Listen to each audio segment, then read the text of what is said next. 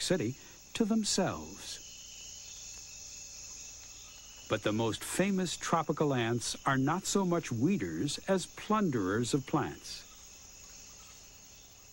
Leafcutter ants remove more greenery than any other animal from South American forests, and they devastate human crops.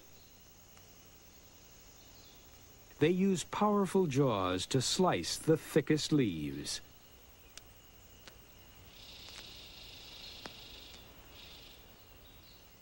Each segment is the equivalent of a 500-pound weight, but ants have tremendous strength.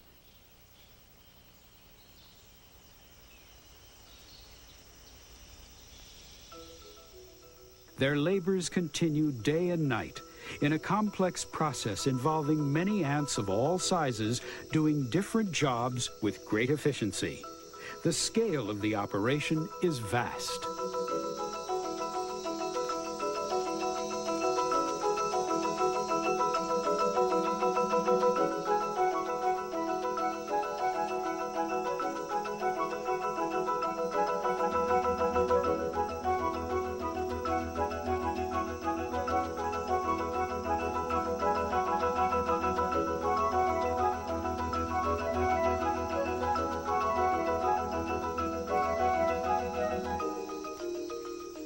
Returning to their nest, leafcutters run the ant equivalent of a marathon at a 4-minute-mile pace all the way. In Ed Wilson's eyes, theirs is the most impressive of all ant societies. This is the surface of the nest of just one colony of leafcutter ants. A colony this size can hold as many as 2 or even 3 million workers, all the daughters of a single queen that they keep deep down inside the nest.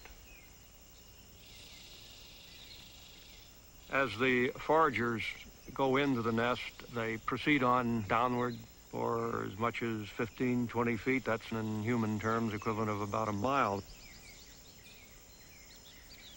In its lifespan, the colony can move as much as 40,000 pounds of soil. That's the ant equivalent of the Great Wall of China. That means that the leafcutters are pretty vital elements of the rainforest ecosystem. They move, they aerate, they fertilize more soil than earthworms.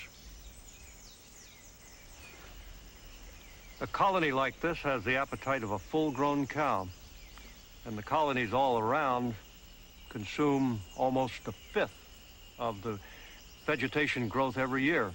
It's an onslaught, yet the forest keeps flourishing. How is that possible? Long-term studies show that leafcutters have favorite targets and go to great lengths to reach the tender new leaves high in the canopy. They soon move on to strip other trees along trails they've cut in the forest.